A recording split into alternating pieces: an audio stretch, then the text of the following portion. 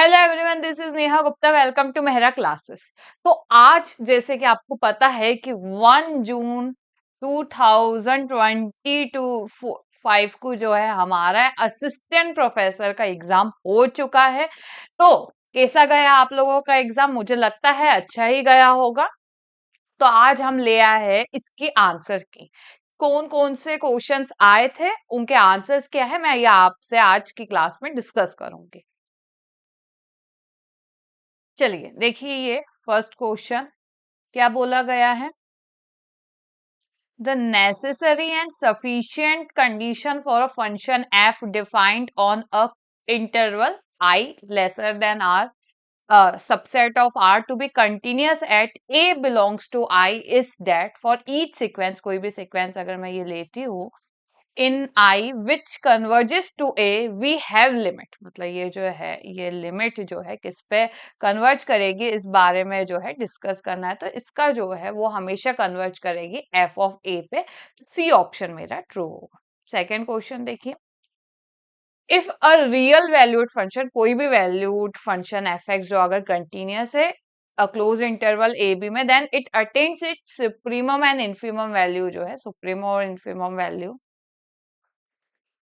है जो वो क्या है एटलीस्ट वंस, एक बार कोई भी इंटरवल में कम से कम एक बार तो उसकी वैल्यू जो होगी मेरी क्या होगी, एग्जिस्ट करेगी। ठीक है। थर्ड क्वेश्चन देखिए, ये जो है मेरा एक थ्योरम है, let M D be the complete matrix space and let F be M से लेकर एम तक बी अ कंट्रैक्शन, एक मैपिंग होती है कंट्रैक्शन, देन एफ हैज। तो ये जो है मेरा स्टेटमेंट है किसका, कंट्रैक्शन प्रिंसिपल जो होता है उसका जो है, कंट्रैक्शन प्रिंसिपल जो होता है उसका मेरा जो है ये क्या है, स्टेटमेंट है। तो अगर उस हिसाब से देखा जाए तो मेरा ए ऑप्शन करेक्ट होगा। एफ के पास हमेशा एक यूनिक फिक्स पॉइंट होगा। टू मैट्रिक स्पेसेस, कोई दो मैट्रिक स्पेसेस है, are said to be homeomorphic if there exist one one and onto, one one onto तो होगा। साथ ही साथ क्या होना चाहिए, एफ कैसा होना चाहिए, एफ और एफ इनवर्स है, दोनों के दोनों कंटिन्यूस होना चाहिए। ठीक है। देखिए फिफ्थ क्वेश्चन, अगर M D be a compact metric space, अगर एम डी कोई कॉम्पैक्ट मैट्रिक स्पेस है और साथ ही साथ ये जो एफ है एक फंक्शन है जो कि क्या है, कंटिन्यूस है ये फंक्शन और बाउंडेड है, तो एफ की हमेशा एक मैक्सिमम और मिनिमम वैल्यू एग्जिस्ट करेगी। ठीक है। अब ये द नंबर ऑफ इंटीजर्स, ऐसे वो इंटीजर्स बताने हैं जो कि 2, 3 और 5, 7 से जो है डिविजिबल नहीं है। तो ये जो है ये क्वेश्चन जो है इंक्लूजन एंड एक्सक्लूजन प्रिंसिपल से हो सकता था बहुत आसानियत से, बट थोड़ा सा टाइम टेकिंग क्वेश्चन है, टाइम टेकिंग क्वेश्चन है। जब आप इसको क्या है इंक्लूजन और एक्सक्लूजन प्रिंसिपल से सॉल्व करोगे तो इसका आंसर जो है वो क्या आएगा, 228 आंसर आएगा।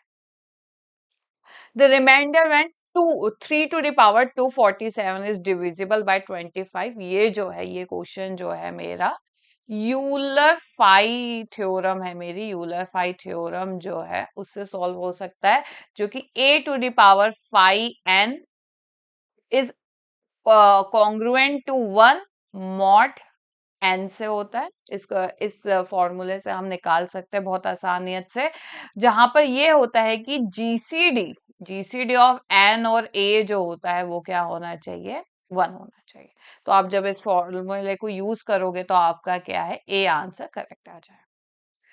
अब ये देखिए थोड़ा सा ये ट्रिकी क्वेश्चन था, नंबर ऑफ कॉम्बिनेशंस पूछा हुआ था, उन्होंने बोला था कि नंबर ऑफ कॉम्बिनेशंस क्या होगे बताइए।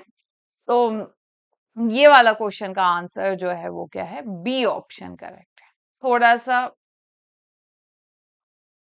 ठीक है, थोड़ा सा इसमें क्या है, मुझे जो है नंबर ऑफ कॉम्बिनेशंस जो है वो कैसे निकाले जाते हैं अगर मैं आपको बताऊं। कॉम्बिनेशंस जो है, अरेंजमेंट्स, नंबर ऑफ अरेंजमेंट्स मैंने आपको बताया था कि जो total number of n factorial जितने भी वैल्यूज होती है अपॉन r फैक्टोरियल, r मतलब जो रिपीट कर रहा है। ठीक है। देखिए इफ एच एन के, ये वाला 9th क्वेश्चन देखिए, इफ एच एन के आर टू सब ग्रुप्स है जिसका ऑर्डर जो है 6 और 8 दिया गया है और बोला गया है ऑर्डर ऑफ एच के क्या होगा, ऑर्डर ऑफ एच के क्या होगा, जिसका फॉर्मूला जो होता है, नहीं एच के का ऑर्डर भी दिया गया है, तो ये हो जाएगा order of H order of K upon order of H intersection K जो होता है। इस फॉर्मूले से हम बहुत आसानी से निकालते हैं, यूनियन के लिए नहीं होता है, इंटरसेक्शन के लिए होता है। सारी वैल्यूज की पुट कीजिए तो आंसर ए करेक्ट आ जाएगा। 10th क्वेश्चन देखिए, ये जो है ये बहुत फेमस थ्योरम है, जी जेड थ्योरम जिसे कहते हैं। अगर जी बाय जेड, जहां पर जेड जो है centre of a group cyclic होता है, तो जी जो होगा वो अबिलियन होगा। The complete integral of partial differential equation, ये पार्शियल डिफरेंशियल इक्वेशन है। अगर आप इसको सॉल्व करने की कोशिश करोगे चारपिट मेथड से, चारपिट मेथड से आप उसको सॉल्व करोगे, तो ऑप्शन डी जो होगा वो आंसर है। The relation between P and Q in the solution, यहाँ पर पी और क्यू का सॉल्यूशन का रिलेशन पूछा गया और बोला गया है कि चारपेट मेथड को यूज कीजिए, क्योंकि ये 2 डिग्री की इक्वेशन है। और सॉरी डिग्री 1 है, ऑर्डर 2 है। जब भी ऑर्डर ज्यादा हो 1 से, तो हम ये वाले मेथड यूज करते हैं। सॉरी डिग्री, ऑर्डर 1 है, डिग्री 2 है। डिग्री जो है 1 से ज्यादा हो तो हम चारपिट मेथड यूज करते हैं। तो आपको क्या है, आपको dp by F X plus P F Z equal to D Q F Y plus Q F Z, ये वाला फॉर्मूला यूज करके आप जब देखोगे तो बी ऑप्शन आपका करेक्ट है। अच्छा देखिए, पर्टिकुलर इंटीग्रल है, पर्टिकुलर इंटीग्रल का भी मैंने आपको क्लासेस में काफी अच्छे से ये सब करवाया। अगर आप इसका पर्टिकुलर इंटीग्रल निकालोगे, एक्स स्क्वायर बाय ये जो होगा D square minus A square D dash square, D square common ले लीजिए, फिर उसका ऊपर इनवर्स ले लीजिए, बाइनोमियल थ्योरम यूज कीजिए, फिर आप जब सॉल्व करोगे तो आपका क्या है, डी ऑप्शन करेक्ट है। अच्छा ये जो क्वेश्चन है 14 क्वेश्चन, एग्जैक्टली ये क्वेश्चन जो है मैंने अपने विक्ट्री सीरीज में आपको करवाया, और ये जो है लाप्लास इक्वेशन है, और लाप्लास इक्वेशन हमेशा इलिप्टिक होती है। ये देखिए ये भी लाप्लास इक्वेशन है, ये सब मैंने अच्छे से आपको पढ़ा चुका है। अब देखिए यहाँ पर जो है ये ग्रेटेस्ट इंटीजर फंक्शन दिया गया है, ग्रेटेस्ट इंटीजर फंक्शन दिया गया है, बोला है कि इस पॉइंट पे ये डिसकंटिन्यूअस होता है। कहाँ ये कंटिन्यूअस नहीं होता, ये जो है कंटिन्यूअस इंटीजर्स में नहीं होता। ये देखिए अगर कोई भी फाइनाइटली डिफरेंशिएबल है, 17 क्वेश्चन की बात कर रही हूँ, in a closed interval A B में, क्लोज इंटरवल में है एफ डैश ए और एफ डैश बी, अगर अपोजिट साइन है देन देयर एग्जिस्ट करेगा, एटलीस्ट ऐसा पॉइंट एग्जिस्ट करेगा किसमें, सी, इस तरीके से कि एफ डैश सी जो हो जाए वो 0 हो जाए। ये डॉरबॉक्स थ्योरम का स्टेटमेंट है, डॉरबॉक्स थ्योरम का स्टेटमेंट है ये, तो ये डायरेक्ट स्टेटमेंट है और ऑप्शन सी इसका करेक्ट हो।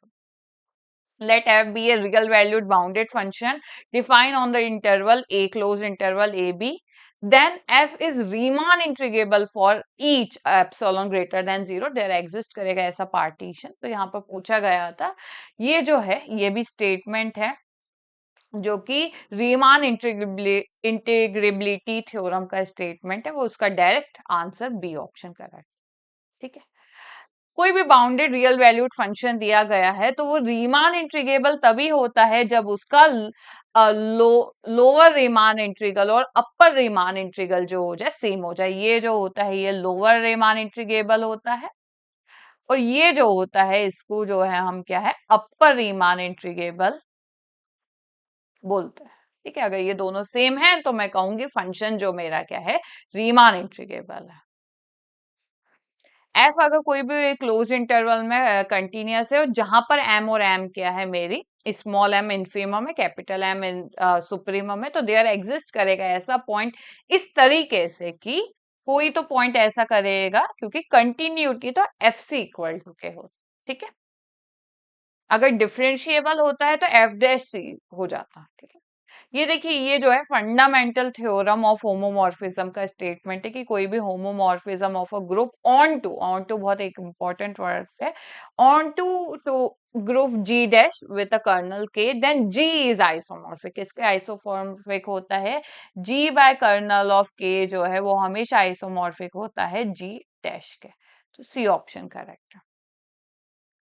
ये देखिए, ये जो है the number of P Sylow subgroups in a group G for a prime P is given as, ये जो है Sylow Sylow third third theorem, जो थर्ड स्टेटमेंट है उसका थ्योरम का स्टेटमेंट है, जिसका आंसर होगा कि केपी प्लस वन। अगर एन ए नॉर्मलाइजर है of an element A in a finite group G and the sum runs over one element A in each conjugate class, the class equation, मतलब यहाँ पर ये बोला गया है कि क्लास इक्वेशन कोई भी ग्रुप की किस फॉर्म में दी जाती है, तो उसका फॉर्मूला जो होता है summation order of group upon order of normalization. देखिए, ये भी जो है मेरा एक स्टेटमेंट है, कॉची थ्योरम का स्टेटमेंट है ये। कॉची थ्योरम जो है उसका स्टेटमेंट है, मैंने आपको वो क्लासेस में भी बताया था, स्टेटमेंट अच्छे से याद कर लीजिएगा क्योंकि वही मोस्टली आ जाते हैं। तो कोई भी अगर प्राइम नंबर है और पी अगर डिवाइजर है तो पी के पास 100% एक एलिमेंट होगा जिसका ऑर्डर क्या होगा, पी। ठीक है, which of the following is true, मैंने आपको हमेशा बोला है कि ईडी ईडी जो होता है वो अगर ईडी है तो वो पीआईडी होगा, पीआईडी है तो वो यूएफडी होगा। ईडी मतलब यूक्लिडियन डोमेन, पीआईडी मतलब प्रिंसिपल आइडियल डोमेन, और यूएफडी मतलब यूनिक फैक्टराइजेशन डोमेन। तो यूक्लिडियन रिंग है तो वो यूक्लिडियन डोमेन होगा ही, तो सी ऑप्शन करेक्ट है। ठीक है, डोमेन है, यूक्लिडियन डोमेन है तो यूएफडी जरूर होगा। यहाँ पर हमें जो है ये बी स्टेटमेंट मैंने आपको बताया, बी एक्स वाई जो है वो क्या है मेरा, bounded linear operators form a norm space. कोई भी नॉर्म स्पेस से वाई नॉर्म स्पेस तक होती है, जहां पर नॉर्म टी की डेफिनेशन दी गई है, तो वो बोला गया है कि ये जो होता है नॉर्म स्पेस तो बनाता है, पर बनाक स्पेस कब बनाता है, तो मैंने आपको बताया था बनाक स्पेस तभी बनाता है जब वाई क्या हो जाए, बनाक स्पेस हो जाए। तो सी ऑप्शन करेक्ट।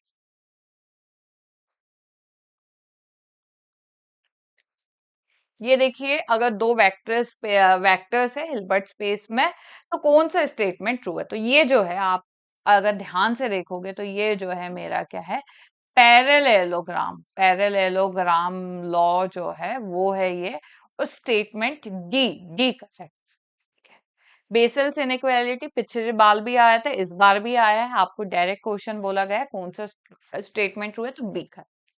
यहाँ पर देखिए एक ऑपरेशन है, बोला गया है एडजॉइंट ऑपरेटर क्या होगा, तो एडजॉइंट ऑपरेटर जो होता है T X Y is equal to क्या हो जाता है, एक्स टी स्टार वाई। ठीक है, आर टी स्टार वाई, आपको क्या है टी स्टार वाई मतलब एक्स के फॉर्म में जो है वैल्यू निकालनी है। सारी वैल्यूज आप पुट करोगे और जब निकालोगे तो आपको आंसर, जब उनका इनर प्रोडक्ट निकालोगे, टी एक्स क्या है, टी एक्स जो है X one X two, zero X one X two है, वाई जो है वो क्या है, आप वाई वन वाई टू ऐसे लेके चलिए। एक्स क्या है, एक्स जो है वो क्या है हमारा X one X two X three. और इनर प्रोडक्ट क्या होता है, इनका इनर प्रोडक्ट क्या होता है, इनका जो होता है वो क्या होता है, एक्स वन। अगर इन दोनों का इनर प्रोडक्ट है तो जो है आपस के जो कोऑर्डिनेट्स है उससे मल्टीप्लाई कीजिए और सम कीजिए, ये मैंने क्लासेस में करवाया हुआ है। तो आप जब आंसर निकालोगे तो टी स्टार एक्स की वैल्यू जो होगी सी ऑप्शन। ये तो एक देखिए डेफिनेशन है, नॉर्मल ऑपरेटर की जो है डेफिनेशन है, जो कि सी ऑप्शन करेक्ट। ये अगर आप ध्यान से देखेंगे, ये जो है अगर आप सॉल्व करेंगे, पूरे को सॉल्व करने जाएंगे, तो आपको पता चलेगा कि टू ए, ये मैंने क्लासेस में भी करवाया है, कर्ल ऑफ ए क्रॉस जो है, ए क्रॉस आर पूछा हुआ है उन लोगों ने, ए क्रॉस आर ही पूछा है, तो उसका कर्ल पूछा गया है। आप जब पूरा सॉल्व करोगे तो टू ए जो होगा उसका आंसर है। यूनिट नॉर्मल वेक्टर जो होता है इसका एक फॉर्मूला होता है, जो कि क्या होता है, gradient of phi upon modulus of gradient of phi. आपको जो है इसका फॉर्मूला होता है, ये मॉडुलस है नीचे। अगर आप इसको पूरा सॉल्व करो, ग्रेडियंट का फॉर्मूला जो होता है वो क्या होता है, ग्रेडियंट फाई का फॉर्मूला होता है डेल डॉट फाई, जहां पर फाई जो होता है स्केलर फंक्शन होता है, ये जो होगा ये फाई होगा। जब आप वैल्यूज पुट करोगे टू माइनस टू और थ्री, तो ए ऑप्शन जो होगा करेक्ट। ये देखिए, ये जो है मैंने आपको बहुत अच्छे से क्लासेस में बताया था कि वेक्टर आइडेंटिटीज है उसको अच्छे से याद कर लीजिए। ये जो है ये क्या है, कर्ल ऑफ एफ क्रॉस जी का जो है फॉर्मूला है। आप पूरा इसको एनालिसिस करोगे तो या हमारा आंसर निकलेगा। ये वेक्टर आइडेंटिटी का क्वेश्चन है। ये देखिए, ये जो है, अगर हम modulus R cap R vector की बात करें तो ये जो निकलेगा √x² plus y² plus z²। बहुत सारे स्टूडेंट्स ने ये कर लिया होगा, बट इसका आंसर ये नहीं होगा, क्योंकि हमें एक और चीज दी गई है कि r/dr जो होगा वो क्या होता है, 0 होता है। वहां से आप जब सॉल्व करोगे तो ये जो है आपको क्या मिल जाएगा, कांस्टेंट। ठीक है, ये देखिए, ये क्वेश्चन जो है, ये गॉस डाइवर्जेंस थ्योरम से बहुत ही इजीली हो जाएगा, और ये मैंने क्लास में एज इट इज क्वेश्चन अपने वेक्टर सीरीज में करवाया हुआ है। 6 वी इसका आंसर। ठीक है, ये क्वेश्चन भी मैंने आपको करवाया। ये जो है ऐसे ही क्वेश्चन जो है सेट 2024 में भी आया था। आपको जो है क्या है, यहाँ पर एफ जेड की वैल्यू पूछी गई है, एफ जेड की वैल्यू पूछी गई है, जहां पर यू और वी ये दिया हुआ। ठीक है, तो इसका आंसर जो है सी करें। लॉरेंट सीरीज का क्वेश्चन है। लॉरेंट सीरीज जो है आपको क्या करना है, इसका पार्शियल फ्रैक्शन करके जो है इसका क्या करना है, अ, जो है आपको क्या करना है, बाइनोमियल थ्योरम का यूज करके एक्सपेंड करना है। जब आप करोगे पूरा क्वेश्चन सॉल्व, तो डी ऑप्शन इसका करेक्ट है। यहाँ पर रूट्स पूछी हुई है, या यहाँ पर अभी भी थोड़ा सा इसमें जो 38 क्वेश्चन है इसमें थोड़ा सा मुझे डाउट है।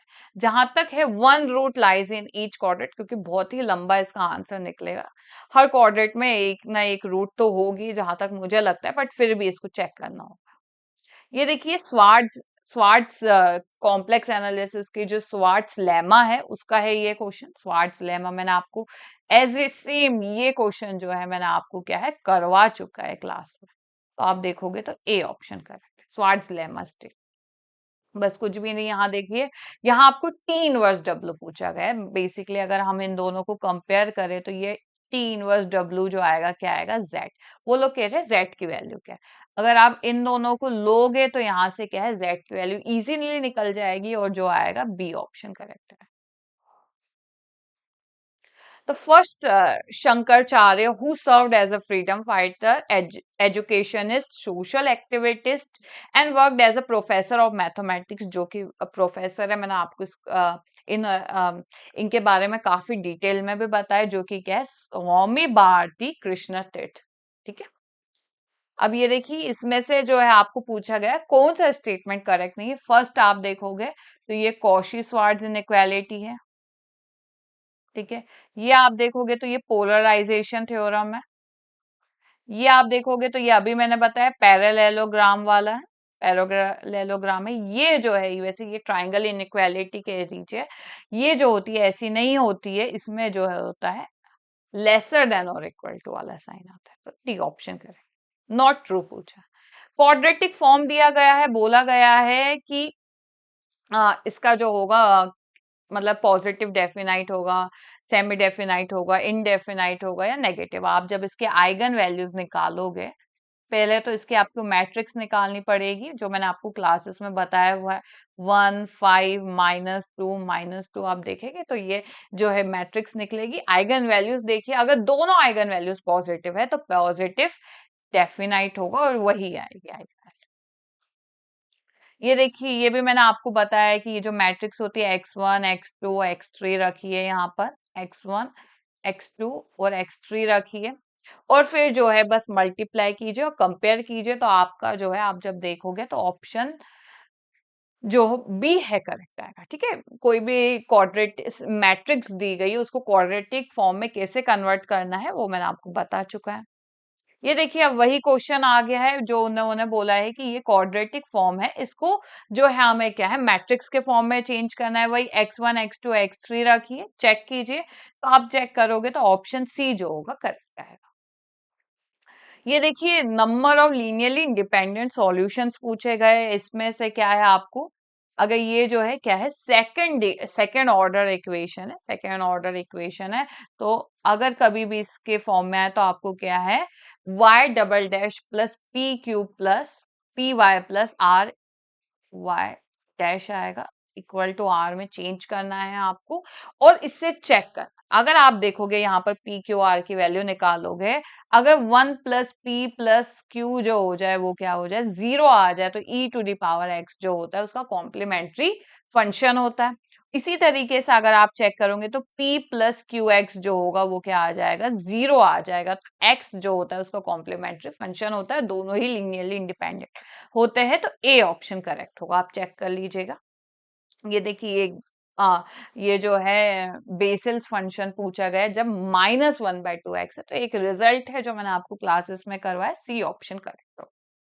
ये देखिए ये भी एक रिजल्ट है जो कि बी ऑप्शन करेक्ट होगा। रिजल्ट है, आपको ये सब याद होने चाहिए। ये देखिए ये जो है पूछा गया, देखिए फिर से पूछा गया है कि कौन से थ्योरम का स्टेटमेंट है, तो ये कॉन्वोल्यूशन थ्योरम का स्टेटमेंट।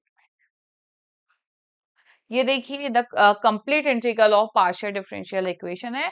ये जब आप सॉल्व करेंगे तो जो है स्टैंडर्ड फॉर्म जो है 4 में कन्वर्ट हो जाएगी, जो कि क्लेरॉट्स फॉर्म कहते हैं। क्लेरॉट्स फॉर्म का डायरेक्टली आंसर होता है, आप क्या करते हो, पी के जगह ए रिप्लेस कर लेते हो, क्यू के जगह बी रिप्लेस कर लेते हो, वही आपका क्या होता है, कंप्लीट इंटीग्रल होता है।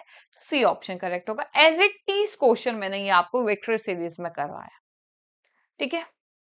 अब ये देखिए ये थोड़ा सा हाइपोथेसिस वाला क्वेश्चन था। इसमें अगर आप इसमें जो है हम जो है काई स्क्वायर टेस्ट लगाएंगे, काई स्क्वायर टेस्ट लगाएंगे, वो भी गुडनेस ऑफ फिट का हम जब है अ, लगाएंगे, चेक करेंगे कि हमारी जो एक्सपेक्टेड वैल्यू होती है और जो ऑब्जर्व वैल्यू वो कैसी आ रही है, हम जो है क्या है नल हाइपोथेसिस यहाँ पर लेके चलेंगे कि यहाँ पर मेल और फीमेल बर्थ जो है वो इक्वली है। तो अगर जो हम नल हाइपोथेसिस लेके चलेंगे वही सही होगा, तो ये ऑप्शन जो होगा कंसिस्टेंट पूछा है, हाँ जी कंसिस्टेंट ही होगा, ठीक है। ये देखिए ये जो है प्रोबेबिलिटी का क्वेश्चन है, और ये सेम क्वेश्चन मैंने आपको क्लास में करवाया। प्रोबेबिलिटी का क्वेश्चन आप जब पूरा सॉल्व करोगे तो 16/7 जो होगा ये ट्रू होगा। आप देखोगे यहाँ पर पूछा गया है कि बी के 3 शेयर्स होते हैं of a lottery in which 3 prizes है और 6 ब्लैंक है, और बी के 1 शेयर है। तो इनने पूछा गया है कि the S chances of success is BS क्या होगा, तो 16/7 जो होगा आंसर। ये देखिए a man is known to speak truth 3 out of 4 times. He throws a die and reports that it is 6. The probability that it is actually 6, मैंने बताया आपको कभी भी दो स्टेटमेंट आए तो आपको हमेशा बेस थ्योरम लगानी है। आप देखोगे कि मैन की जो सच बोलने की प्रोबेबिलिटी जो है वो क्या है, मैं टी ले लेती हूँ, वो है 3/4, तो झूठ बोलने की प्रोबेबिलिटी हो जाएगी 1/4। और डाइस वो सच बोल रहा है और साथ ही साथ डाइस 6 भी आ रहा है, 6 आ रहा है, मैं 6 ही लिख लेती हूँ यहाँ पर, उसकी प्रोबेबिलिटी हो जाएगी 1/6। और वो झूठ बोल रहा है, वो जो है झूठ बोल रहा है और 6 नहीं आ रहा है, उसकी प्रोबेबिलिटी जो हो जाएगी वो क्या हो जाएगी, 5/6, ठीक है। तो ऐसे ही अगर आप बेस थ्योरम पूरा अप्लाई करोगे तो 3/8 जो होगा वो क्या आ जाएगा, आंसर आ जाएगा। यहाँ पर 3 cards are drawn successfully without replacement from a pack of 52 well shuffled cards. The probability that first 2 पहले के दो जो है किंग होने चाहिए और थर्ड कार्ड जो होना चाहिए एस होना चाहिए। तो देखिए अगर 3 कार्ड्स है और उन्होंने बोला हुआ है कि विदाउट रिप्लेसमेंट, खास तौर पे बोला गया है कि रिप्लेसमेंट नहीं किया।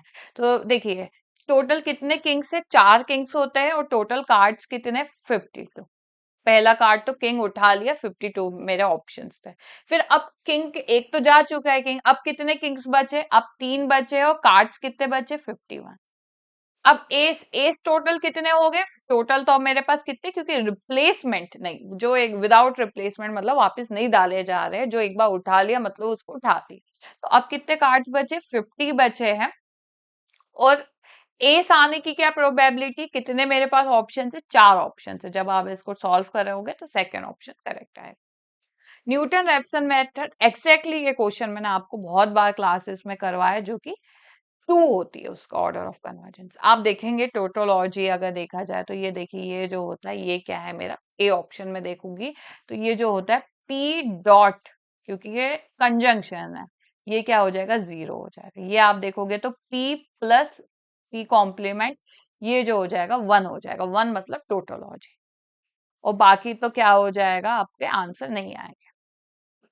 ये देखिए, द प्रोपोजिशन पूछा गया है, Q complement and p tends to q। जब आप इसका पूरा ट्रुथ टेबल भी बना दीजिएगा, और अगर आप ऐसे भी करेंगे तो q कॉम्प्लीमेंट जो होगा, और एंड मतलब जो होता है, एंड मतलब क्या होता है, कंजंक्शन होता है, मतलब डॉट आएगा बीच में, और p इम्प्लाइज q। ठीक है, तो q कॉम्प्लीमेंट डॉट, मैंने आपको बताया p इम्प्लाइज q का मतलब ये होता है p कॉम्प्लीमेंट प्लस q। ठीक है, आप जब इसको पूरा सॉल्व करोगे तो इनमें से कोई भी ऑप्शन देखिए, आंसर जो आएगा q complement dot p complement आएगा, तो डी ऑप्शन करेक्ट हो। ये देखिए, सम ऑफ दी स्क्वायर्स, मतलब अगर मैंने मान लिया कि अल्फा बीटा और गामा अगर उसके 3 रूट्स है, तो alpha square plus gamma square plus beta square plus gamma square क्या होगा। तो ये आपसे पूछा गया basically, sum of the squares of the roots पूछा गया। आप देखोगे तो ए ऑप्शन करेक्ट आएगा इसका। ठीक है, डिस्कार्ड्स लॉ उनने बोला है, डिस्कार्ड्स लॉ का यूज करके देखिए, आपको बस क्या करना है, एफ एक्स माइनस एक्स रखिए, एक्स के जगह माइनस एक्स रखिए, और चेक कीजिए कि इसमें कितने चेंजेस हो रहे हैं। जितने चेंजेस होते हैं उतने ही उसके रूट्स हो गए, तो नेगेटिव रूट जो होगा एटमोस्ट 1 होगा। द फाउंडर ऑफ वैदिक गणित स्वामी भारती कृष्णा तीर्थ was born in which state, तो वो तमिलनाडु है, ये मैंने आपको क्लास में बताया हुआ है। तिरुवनंतपुरम में उनका जो है बॉर्न। और ये देखिए, फैक्टराइजेशन काफी इजी क्वेश्चन है, मुझे लगता है सारे स्टूडेंट से हो गया होगा। ए option correct. Argument of iota की बात करेंगे आप, तो ये क्या होता है मेरा, tan इनवर्स बी बाय, मतलब ए जो हो जाएगा ए प्लस आयोटा बी से आप कंपेयर करोगे तो ए की वैल्यू यहाँ 0 हो जाएगी, बी की वैल्यू 1 हो जाएगी। तो आप देखोगे इसका आंसर जो आएगा π/2 आएगा। ठीक है, ये तो ये हो जाएगा, और एक ये, अगर आप उसी तरीके से आर्ग्यूमेंट ऑफ 1 माइनस आयोटा भी निकालोगे, बी के जगह -1 रखिए, ए के जगह 1 रखिए, तो आपका क्या हो जाएगा, बी ऑप्शन करेक्ट आएगा। ये देखिए, द वैल्यूज, अगर आपको क्या है, alpha equal to iota to the power iota लीजिए, लॉग लीजिए आयोटा, लॉग आयोटा लेंगे, और हम मुझे आप मैंने आपको क्लासेस में भी करवाया है कि log x plus iota y की जो वैल्यू होती है 1/2 log x square plus y square plus iota tan inverse y/x plus iota 2n pi जो होती है वैल्यू होती है, जब आप इसको यहाँ पर रखोगे, लॉग आयोटा के जगह वैल्यू रखोगे इस फॉर्मूले में और सॉल्व करोगे, तो आपका आंसर जो है बी करेक्ट आएगा।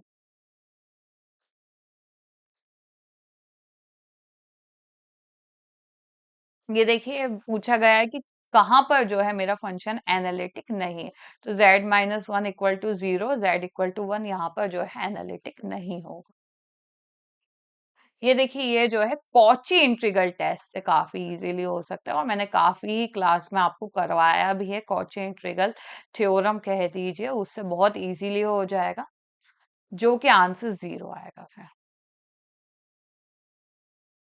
यहाँ पर दो स्टेटमेंट्स दिए गए, T can be represented to a diagonal matrix A if and only if V has a basis consisting of eigenvectors of T and the diagonal elements of A R corresponding eigen values. मतलब मैंने आपको बताया कि कोई भी जैसे matrix होती है वो क्या होती है, पी इनवर्स, कोई भी डायगोनल मैट्रिक्स जो होती है वो क्या होती है, पी इनवर्स एपी होती है, जहां पर जो ए के आइगन वैल्यूज होते हैं वही वही डायगोनल मैट्रिक्स में जो होता है डायगोनल एलिमेंट्स के तरह एक्ट करते हैं। यही उनका कहने का मतलब था, जो ऐसा होता है। स्टेटमेंट 2 ये कह रहा है, अगर टी के पास एंड डिस्टिंक्ट आइगन वैल्यूज होंगे तो टी डायगोनलाइजेबल होगी। ये स्टेटमेंट होता है, और मैंने काफी बार आपको क्लासेस में करवाया हुआ है, तो दोनों स्टेटमेंट करेक्ट। ये देखिए, यहाँ पर एडजॉइंट मैट्रिक्स दी गई और अल्फा की वैल्यू पूछा गया है, जहां पर डिटर्मिनेंट ऑफ ए जो है 4 दिया गया है। तो मैंने आपको एक फॉर्मूला बता चुका है कि adjoint of A is equal to determinant of, मतलब एडजॉइंट का भी determinant is equal to determinant of A to the power n minus one. N क्या होता है? ऑर्डर होता है। जब आप सारी वैल्यूज रखोगे तो आपको अल्फा की वैल्यू बहुत इजीली मिल जाएगी, जो कि 11 आएगी।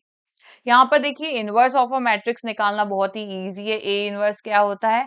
Adjoint of A upon determinant of A निकालिए तो ए ऑप्शन आपका आ जाएगा। यहाँ पर देखिए, यहाँ पर जो है दो आइगन वैल्यूज दी गई है, बोला गया है लैम्डा वन जो है -1 है, लैम्डा टू जो है -6 है। तो बताइए इनका आइगन वेक्टर क्या होगा? तो बस हमें जो है A minus lambda I x equal to 0 लेके चलना है, उसे आपके आइगन वेक्टर्स निकल आएंगे, जो कि बी ऑप्शन आएगा। The first research paper of legendary Indian mathematics Srinivasa Ramanujan was publish by the title, जो पहला सबसे पहला उनका रिसर्च पेपर था वो था some problems on Bernoulli number. ये देखिए यहाँ पर इंटीग्रेटिंग फैक्टर पूछा गया, ये जो है मेरी क्या है? लीनियर डिफरेंशियल इक्वेशन है। तो इंटीग्रेटिंग फैक्टर जो होगा वो क्या होगा? E to the power P dx. P जो होता है वो ये होता है, इस फॉर्मूले से आप जब निकालोगे तो सी ऑप्शन जो होगा करेक्ट है। Orthogonal trajectory of a family of parabolas y equal to c x square जो होता है, आपको ऑर्थोगोनल ट्रेजेक्ट्री मतलब dy बाय dx को जो है हम क्या है माइनस dx बाय dy से रिप्लेस कर रहे हैं। और फिर क्या है, पूरे क्वेश्चन को सॉल्व करते हैं। जब आप पूरे को सॉल्व करोगे आपको जो है इक्वेशन ऑफ एलिप्स निकलेगी। ठीक है, बी ऑप्शन करें। Nodal nodal nodal locus of the equation है, जब यहाँ पर आप जो है पूरा यहाँ पर क्या है, आप पूरा सॉल्व करोगे, y की वैल्यू निकालोगे तो आपको समथिंग जो है x माइनस ए निकलेगा, जहां से आपको ये पता चल जाएगा ऑप्शन डी करेक्ट होगा।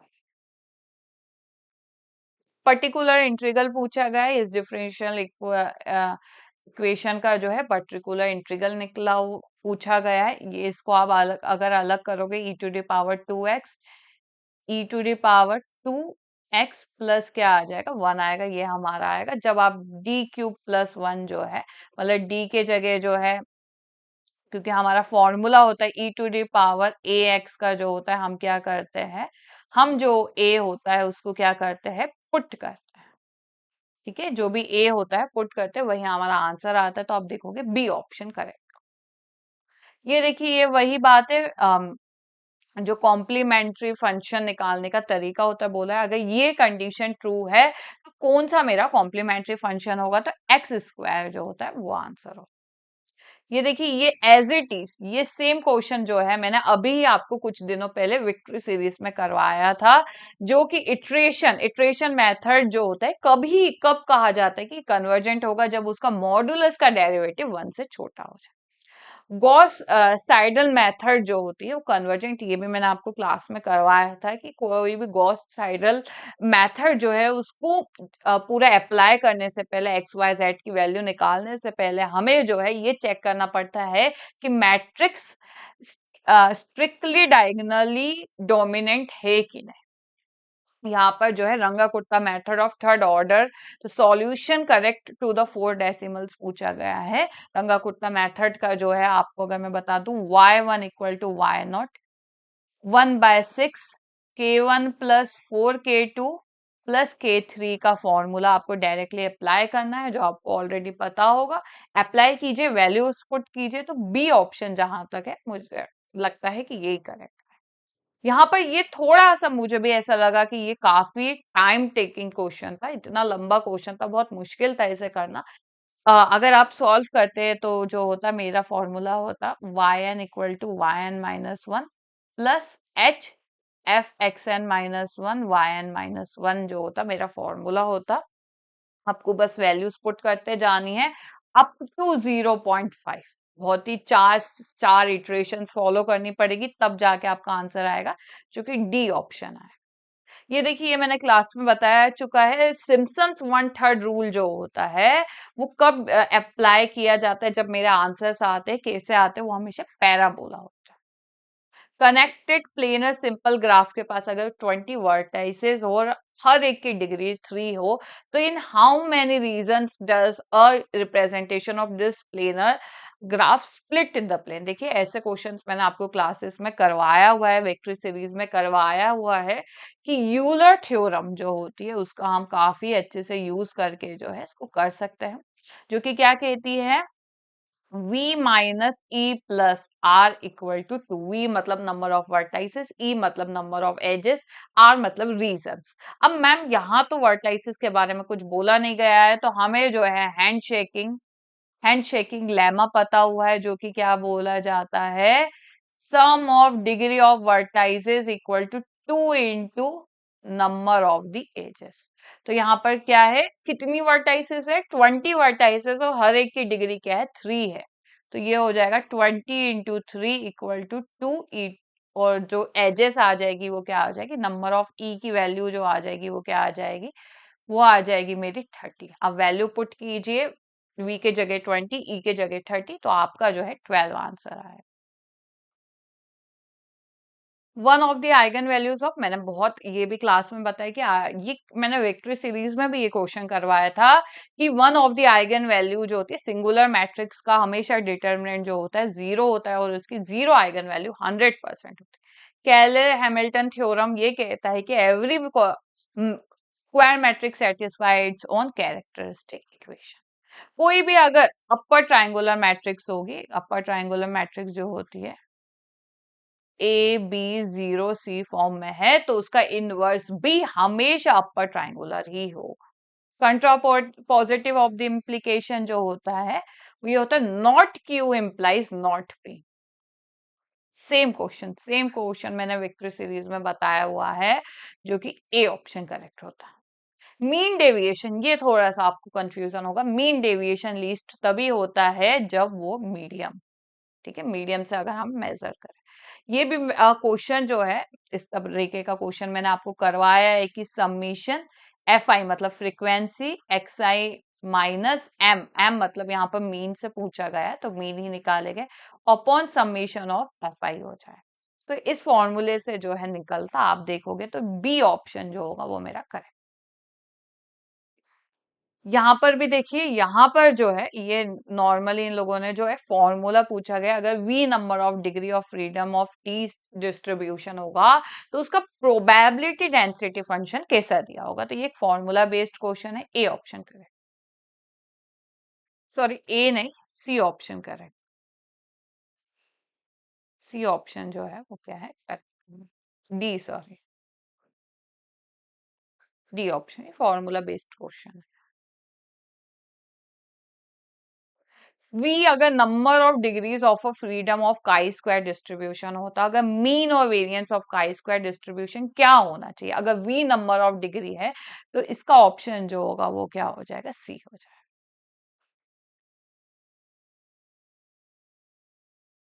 ये देखिए लास्ट टाइम भी ये क्वेश्चन आया था कि ये 3 म्यूचुअली परपेंडिकुलर जनरेटर की क्या है स्टेटमेंट, बस इनने ये बोल दिया कि जो set of mutually perpendicular generators होते हैं वो इनफाइनाइट हो सकते हैं कि फाइनाइट, तो उसका आंसर जो होगा सी, इनफाइनाइट होता है। ये देखिए ये वाला जो है मैंने ऑलरेडी आपको क्लासेस में बता चुका है, ये क्वेश्चन एज इट इज मैंने करवाया था आपको कि अगर ये जो है सिलेंडर को रिप्रेजेंट कर रहा है, अगर कभी भी एक्स और वाई जो है इक्वेशन ऑफ सिलेंडर है तो उसका जनरेटर किससे पैरेलल होगा, जेड से। ये देखिए ये जो है कोई भी कोनिकॉइड, एक मेरा जो है प्लेन की इक्वेशन दी गई है, एक जो है मेरा क्या है सेंट्रल कोनिकॉइड की इक्वेशन दी गई है, तो ये जो है क्या कंडीशन है जो आपस में टच करे, तो ये तो आधा इन लोगों ने दिया हुआ है और बोला गया है कि ये किसके इक्वल होता है, तो पी स्क्वायर के इक्वल होता है। ये थोड़ा सा मुझे डाउट है अभी भी इस क्वेश्चन में। ये देखिए यहाँ पर जो है इक्वेशन ऑफ टेंजेंट प्लेन पूछा गया है टू द पैराबोलॉइड बोला गया है, तो ये जो उसका फॉर्मूला होता है A alpha x plus B beta y equal to C z plus gamma होता है। तो आप जब अल्फा बीटा गामा के जगह ये रखोगे अल्फा बीटा और गामा, और यहाँ से जो है ए बी, क्योंकि इक्वेशन ऑफ पैराबोलॉइड जो होती है वो होती है A x square plus B y square equal to 2 CZ। जब इससे कंपेयर करोगे आपको जो है डी ऑप्शन करेक्ट आएगा। The surface of solid generated by the revolution of a curve, ये जो है ये कर्व है अबाउट अ इनिशियल लाइन पूछा गया है। ये जो है बेसिकली सर्कल होता है, सर्कल की इक्वेशन है ये। देखिए ऐसे सर्कल की इक्वेशन है और सरफेस ऑफ सॉलिड जनरेटेड, इसका जो फॉर्मूला होता है वो क्या होता है मेरा 2 pi r sine theta root r square plus dr/d theta का स्क्वायर, ये जो होता है मेरा फॉर्मूला होता है। आप जब देखोगे इसके जो है आप देखोगे तो 0 से π/2, देखिए ये जो है 0 से π/2 इसका क्या आ रहा है मेरा लिमिट्स आ रही है, पूरी वैल्यूज कीजिए, सॉल्व कीजिए तो जो आएगा बी ऑप्शन करेक्ट। ये देखिए अच्छा, ये जो है साइन 1/x दिया गया है और x की वैल्यू जो है क्या है 0 से r प्लस, मतलब क्या होता है 0 से इनफाइनाइट होता है। तो इसका मतलब ये है कि क्या है ये कंटिन्यूअस है, ये यूनिफॉर्मली कंटिन्यूअस है। तो देखिए जो ये डिसकंटिन्यूअस होता है x इक्वल टू 0 पे ही ये कंटिन्यूअस नहीं है, बाकी हर जगह कंटिन्यूअस है। तो दोनों स्टेटमेंट ट्रू है। ये देखिए मैक्सिमम और मिनिमम की बात हो रही है, जब आप इसका f x x f y y minus f x y का स्क्वायर देखोगे तो 0 आएगा, इक्वल टू 0 आएगा, मतलब इसमें ना ही मैक्सिमम और ना ही मिनिमम होगा। ये देखिए ये जो एक रिजल्ट बेस्ड क्वेश्चन है, डायरेक्टली वैल्यू है। ये देखिए आप इसको पूरा सॉल्व करोगे तो आपका आंसर जो है डबल इंटीग्रल से क्वेश्चन है, पूरा हमें सॉल्व करना है। ठीक है, ये देखिए every bounded linear functional of a Hilbert space H can be expressed in a form of phi H equal to H phi, where F is a certain fixed vector of H, uh, where F can be certain fixed vector of H sorry uniquely determined by phi। ये जो है पूरा statement दिया गया है और ये representation theorem है। ये भी देखिए ये जो है मेरा लीनियर कॉम्बिनेशन लेमा है, ये जो है वो क्या है लीनियर कॉम्बिनेशन लेमा जो है उसका स्टेटमेंट है। पूछा गया विच of the following is true, तो ए ऑप्शन करेक्ट होगा। ये देखिए यहाँ पर 4 स्टेटमेंट दिया गया है और बोला गया कौन सा ट्रू है।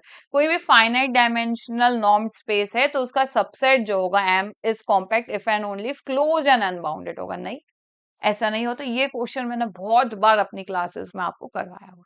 ये देखिए अगर कोई भी नॉर्म जो होता है, अगर प्रॉपर्टी है कि उसके पास क्लोज्ड यूनिट बॉल है और वो कॉम्पैक्ट है, तो क्या एक्स फाइनाइट होता है? नहीं।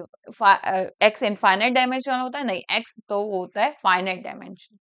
कोई भी अगर कॉम्पैक्ट सबसेट है तो क्या वो ओपन और बाउंडेड होता है? नहीं, वो क्लोज्ड एंड बाउंडेड होता है। In a finite dimensional norm space a subset M is a subset of X, वो कॉम्पैक्ट तभी होता है if and only if M is closed and bounded। ठीक है, ये जो है मैंने अपनी क्लासेस में बहुत ज्यादा बार करा। हिल्बर्ट स्पेस में यहाँ पर जो आप 4 स्टेटमेंट्स देखोगे तो आपको ये पता होना चाहिए, ये जो स्टेटमेंट होता है मेरा क्या होता है कॉशी श्वार्ट्ज इनइक्वालिटी होती है। मैंने बहुत ज्यादा बार बताया और ये काफी इंपॉर्टेंट भी है। कॉशी श्वार्ट्ज इनइक्वालिटी जो होती है ये हमेशा लेसर देन और इक्वल टू होता है, पर इक्वल कब होता है? तब होता है जब ये लीनियरली डिपेंडेंट हो जाए। नॉन रिफ्लेक्सिव स्पेस मैंने आपको बताया है कि 3 होते हैं, एक L1 C नॉट और C। ये जो होते हैं तीनों जो होते हैं ये नॉन रिफ्लेक्सिव स्पेस होते हैं। LP हमेशा रिफ्लेक्सिव होता है।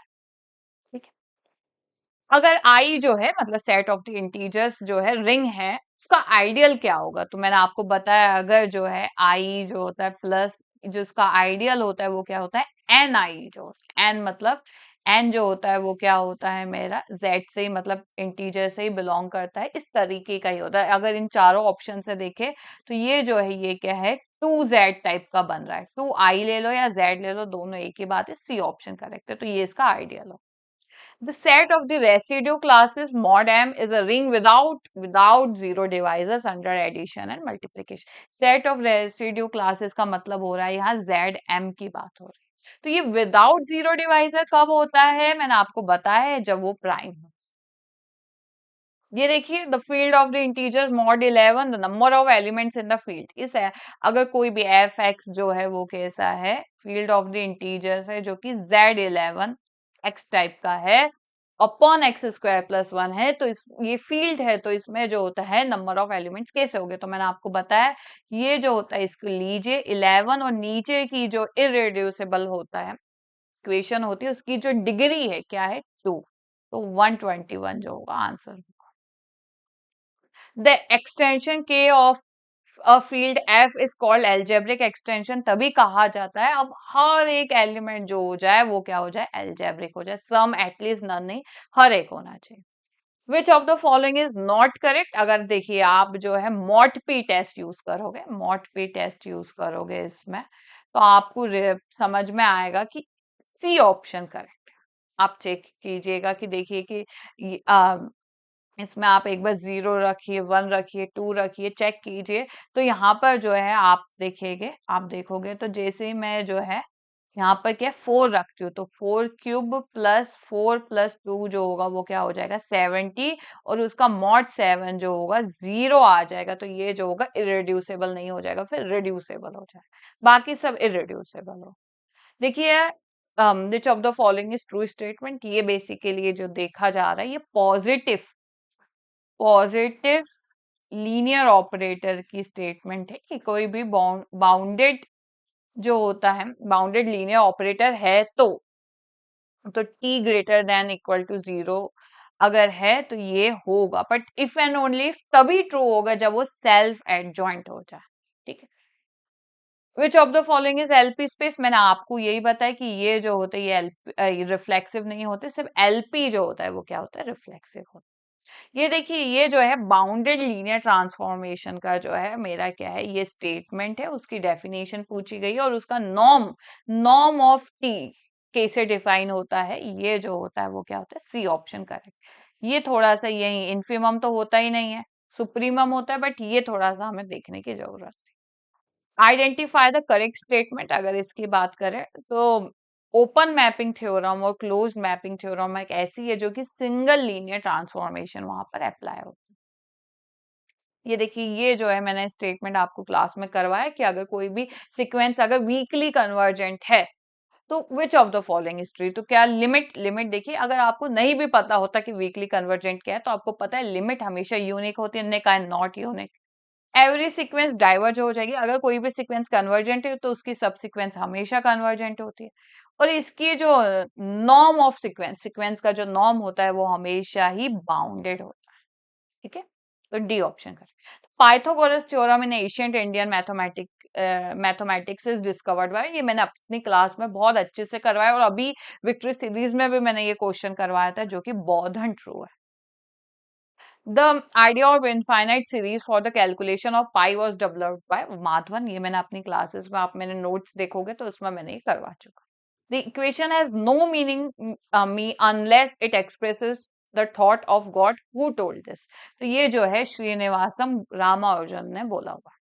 Which of the following is not a partial differential equation, sorry partial order relation के लिए आपको तीन चीजें चाहिए रहती है, एक होता है रिफ्लेक्सिव, एंटी सिमेट्रिक, और ये एक होता है मेरा ट्रांजिटिव। ठीक है, अगर आप चेक करोगे तो ये तीनों जो हो जाएगा वो क्या हो जाएगा, पार्शियल ऑर्डर रिलेशन हो जाएगा, बट ये नहीं होगा। ठीक है, ये नहीं होगा, क्यों, क्योंकि इसमें जो है x is older than y, तो वो कभी इक्वल में नहीं आ रहा है, x इज ओल्डर, कोई खुद से ओल्डर तो हो नहीं सकता, रिफ्लेक्सिव ट्रू ही नहीं होगा, कोई खुद से कैसे ओल्डर हो सकता। ठीक है, अगर ट्री के पास एन 15 एजेस है तो उसके पास वर्टेक्स क्या हो गए, तो मैंने आपको बताया है कि ट्री के पास हमेशा एन वर्टाइसेस होती है, और एन माइनस वन जो होती है एजेस होती है, आप यूज करोगे इस फॉर्मूला का, तो सी ऑप्शन करेक्ट है। ये देखिए, द कॉमन एरिया बिटवीन, ये जो है आप अगर इसको पूरा सॉल्व करने जाएंगे तो इसमें है, मुझे थोड़ा सा डाउट है इसमें, बट मैंने थोड़ा जितना मैं समझ पाई हूँ, मुझे लगता है ये जो है दोनों ही सर्कल की ही इक्वेशन, अगर आप इसे सॉल्व करोगे तो पाई ए स्क्वायर ही आएगा। ये जो है हमारा जो फॉर्मूला लगेगा वो लगेगा मेरा 1/2 r² माइनस आर, एक ऊपर वाला R1 ले लिया और एक R2 ले लीजिए, r² डी थीटा। ठीक है, ये फॉर्मूला लगेगा।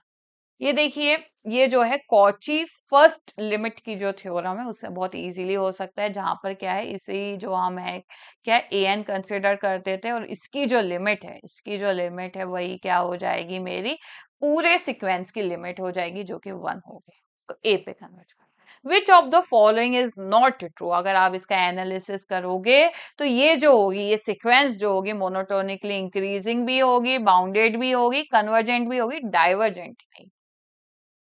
ये देखिए, ये तो नॉर्मल बेसिक एक क्वेश्चन है कि एब्सोल्युटली कन्वर्जेंट कब होती है, तो आपको क्या है, बस इसका मॉडुलस लोगे आप जब -1 to the power n+1 upon n to the power p, तो आप देखोगे तो ये आएगा summation 1/n to the power p, और ये कन्वर्जेंट एब्सोल्युटली तभी होती है जब p की वैल्यू क्या हो जाए, 1 से बड़ी हो जाए, तो बी ऑप्शन करेक्ट।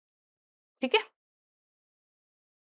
ये देखिए 125 क्वेश्चन देखिए, विच of the following is true बोला है, ये जो होगा इसमें जरूर काफी स्टूडेंट्स को डाउट हुआ होगा। आप ये जो है कैसे कर सकते हो, x की जगह 1 ले लीजिए।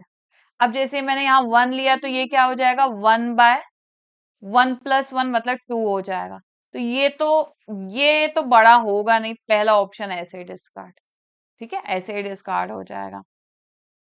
अब दूसरा ऑप्शन जो होता है वो क्या है, अगर आप पूरा चेक ऐसी वैल्यूज रख के चेक करोगे तो ऑप्शन सी जो होगा आपको ट्रू होगा, वैल्यूज रख के ही ये क्वेश्चन इजीली किया जा सकता है।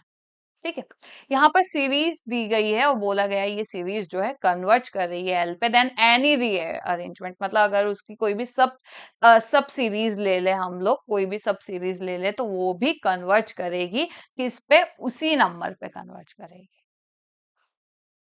एल पे कन्वर्ट करेगी। तो ये देखिए अल्टरनेटिंग सीरीज जो है, ये जो है बेसिकली लेबनीज सीरीज टेस्ट जो है, लेबनीज टेस्ट जो है उसी के बारे में पूछा गया है कि कोई भी अगर अल्टरनेटिंग सीरीज होती है तो लेबनीज टेस्ट के थ्रू कन्वर्जेंट कब होती है, तब जब वो मोनोटोनिकली डिक्रीजिंग हो जाए और उसकी लिमिट जो हो जाए 0 आ जाए। तो ये जो होगा डी ऑप्शन करेक्ट होगा। देखिए ये वही पी सीरीज टेस्ट से आप जो है बहुत इजीली, पी सीरीज टेस्ट से जो है इसे बहुत इजीली कह सकते हो कि डी ऑप्शन करेक्ट हो। ये देखिए फिर से 3 बार रिपीट हो रहा है, ये जो है आर्कियन आर्किमीडियम प्रॉपर्टी जो है वो है ये, और डायरेक्टली आपको स्टेटमेंट दिया गया है और पूछा गया है, तो ए ऑप्शन करेक्ट हो। ये देखिए अब बोला गया है अगर ए काउंटेबल सेट होता है तो ये अगर फंक्शन जो है ऑन टू है तो क्या होगा। देखिए अगर ए काउंटेबल है मतलब, और अच्छा ऑन टू का मतलब ये होता है कि इसकी ए की कार्डिनैलिटी जो होगी बी से बड़ी होगी, ऑन टू ऐसा होता है। अगर ए काउंटेबल है तो बी भी काउंटेबल होगा। ये जो है आपको 3 वेक्टर्स दिए गए, आप ये तीनों वेक्टर्स का अगर डिटर्मिनेंट निकालोगे तो क्या आएगा, नॉन जीरो आएगा, और जब भी डिटर्मिनेंट नॉन जीरो होता है तो लीनियरली इंडिपेंडेंट होता है, मतलब स्टेटमेंट 1 इज करेक्ट। ये देखिए लीनियर कॉम्बिनेशन में बोला गया है जो ई है वो क्या हो जाएगा, AE1 + B2, यहाँ से क्या है आप वैल्यूज निकाल दीजिए, m की वैल्यू जो है मेरी 5 निकल जाएगी। यूनियन और टू सबस्पेस जो होता है वो कब सबस्पेस होता है, जब या तो V1 V2 में कंटेंट करे या तो V2 V1 में कंटेंट करे, एंड नहीं आता है।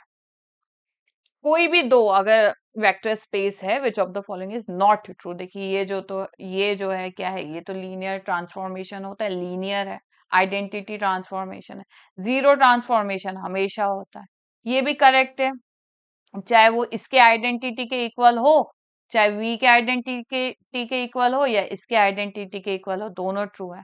जो इनकरेक्ट है वो ये है, ये तो मेन प्रॉपर्टी ही है लीनियर ट्रांसफॉर्मेशन के, ऐसे ही तो हम चेक करते हैं। ठीक है, तो ये करेक्ट होगा, उनने नॉट ट्रू पूछा हुआ है तो बाकी सब इनकरेक्ट हो जाएगा।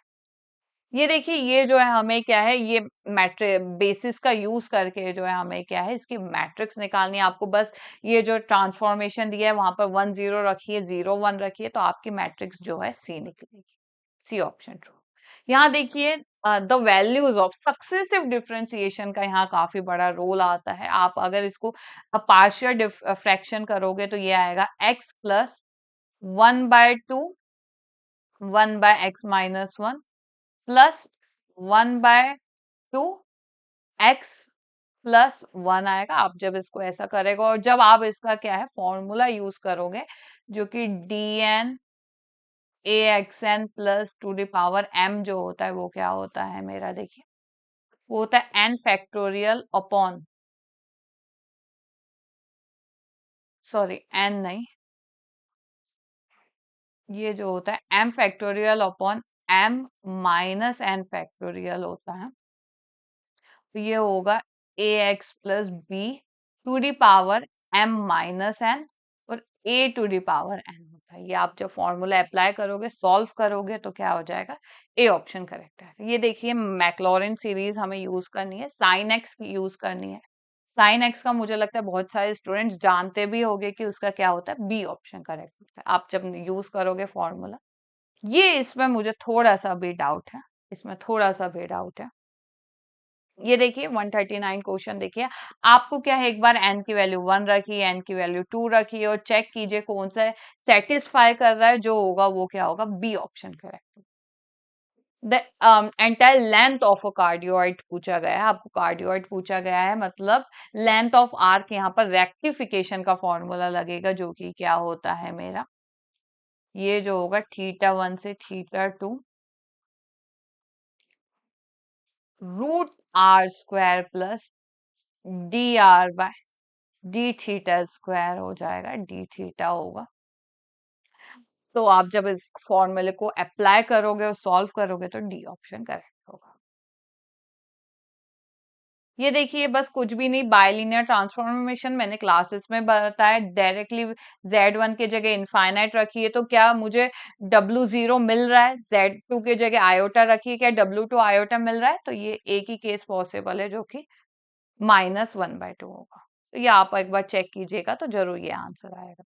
फिक्स पॉइंट कैसा होता है, फिक्स पॉइंट जो होता है आपको क्या है जेड, डब्ल्यू की जगह जेड रख लेना है और देख लेना है वैल्यूज क्या आ रही है, आप देखोगे तो आयोटा और माइनस आयोटा वैसे ही आ जाएगा। और ये जो होता है इसी तरीके का नॉर्मल फॉर्म होता है, यहाँ पर के होता है और आगे की भी प्रोसेस होती है। नॉर्मल फॉर्म पूछा है तो ए ऑप्शन ही करेक्ट।